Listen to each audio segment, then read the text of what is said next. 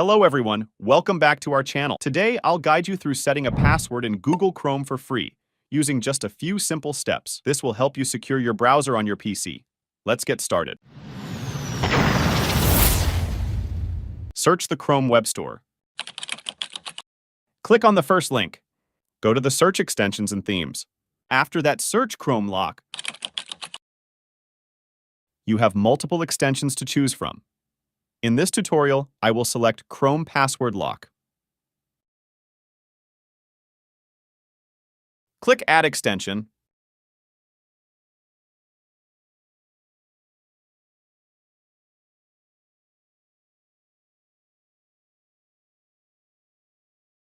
Set the password. I will choose Ulven22122 and click on Submit.